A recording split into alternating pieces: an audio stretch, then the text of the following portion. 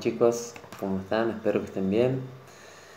Espero que estén pasando una cuarentena tranquila en sus casas, disfrutando de su familia. Y parece que esto va para largo. No sé cuándo nos volveremos a ver en el aula. Ahora estiraron la cuarentena obligatoria hasta el 13.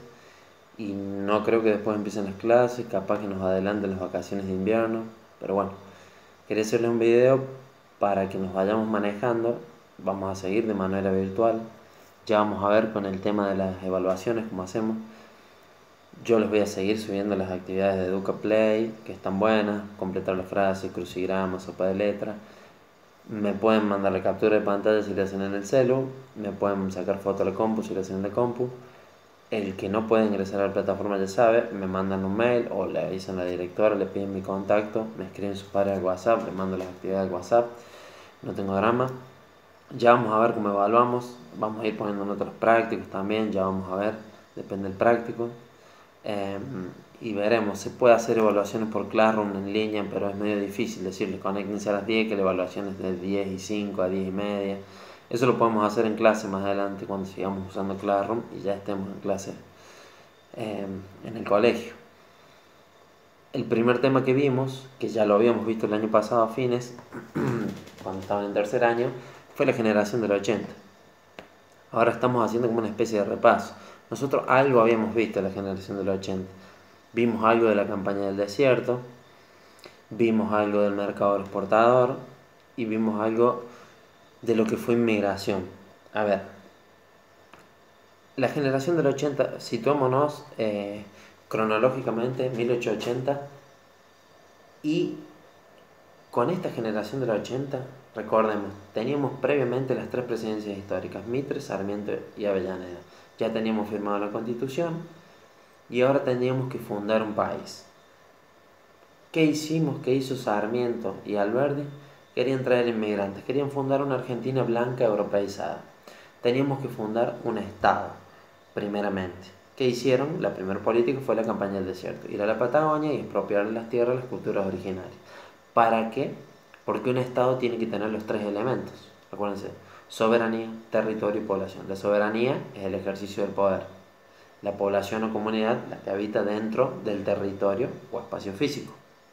Y aparte que nos convenía porque nos dedicamos al mercado exportador, que acá surgen las estancias mixtas, entonces necesitábamos más tierras y esas tierras eran fértiles.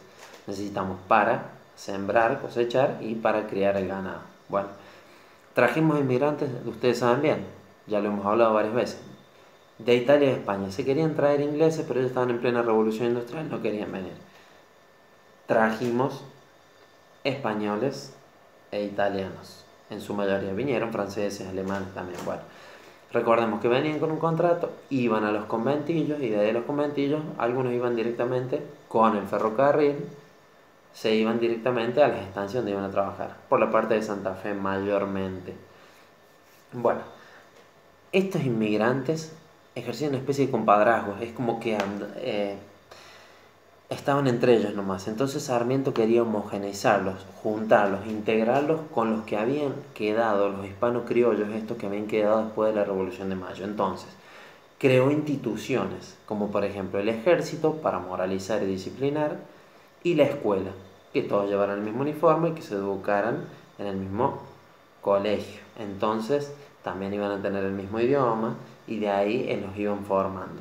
Bueno, en cuanto al económico dijimos que nos dedicábamos al mercado exportador, sabemos, se acuerdan bien ustedes, que lo vimos el año pasado, nosotros producimos la materia prima, América Latina, bueno, ahora estamos hablando de Argentina, la exportamos a Europa hacía la manufactura, el producto terminado, y lo importaba fijando el precio. Entonces teníamos una economía abierta hacia afuera, porque dependíamos de un factor externo que era Europa. Bueno, aparte en esta época se implementó la Ley de Enseñanza Pública Gratuita y Obligatoria de Sarmiento, la Ley 1420, que ya lo hemos visto también, y la Ley de Registro Civil con base del Código Napoleónico.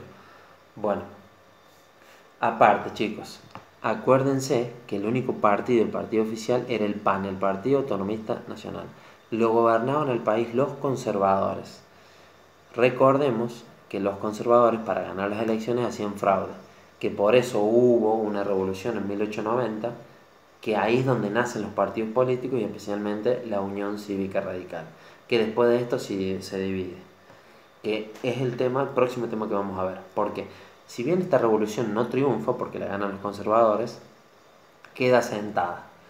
Y en 1912 estos conservadores, para legitimarse en el poder y decir, bueno, no vamos a ganar otra elección más con fraude, sino que vamos a hacer una elección legítima, crean la máquina electoral y la ley Sáenz Peña en 1912.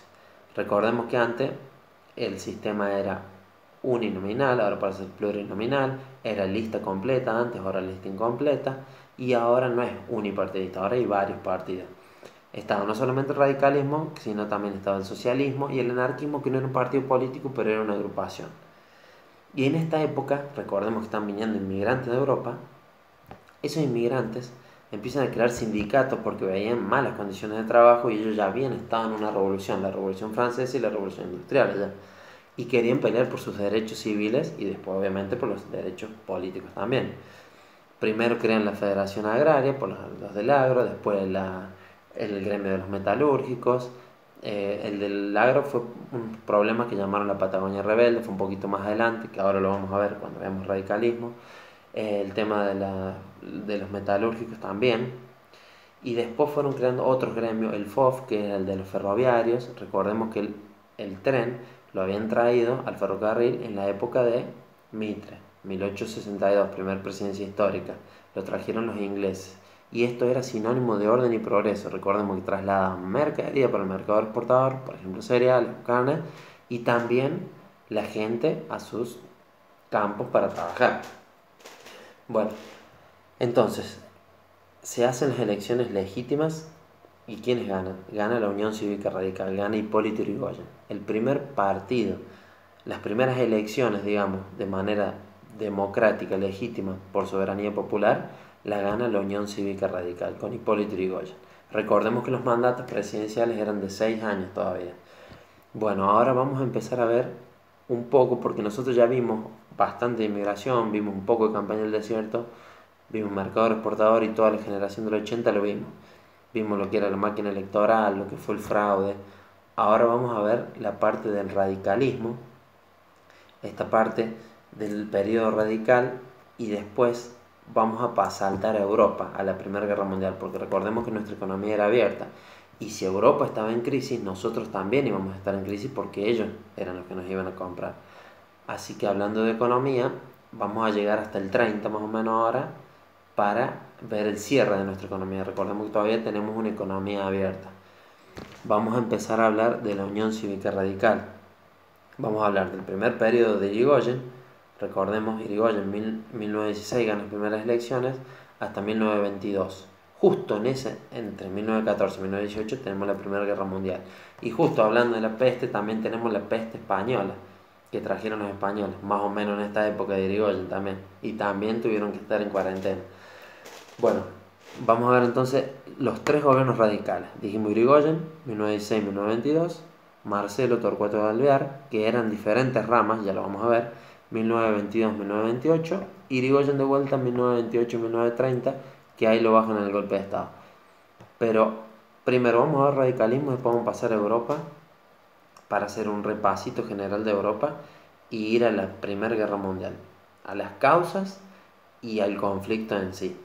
Y después volvemos a historia argentina, pero por el momento vamos a terminar con radicalismo para ir a la parte europea, hacer un repasito de lo que ya vimos en los años anteriores y pasar a lo que fue el conflicto de la Primera Guerra Mundial.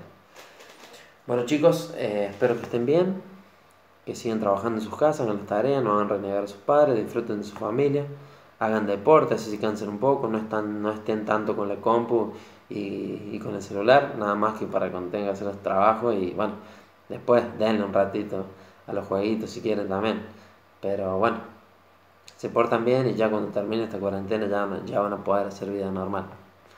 Espero que estén bien. Saludos.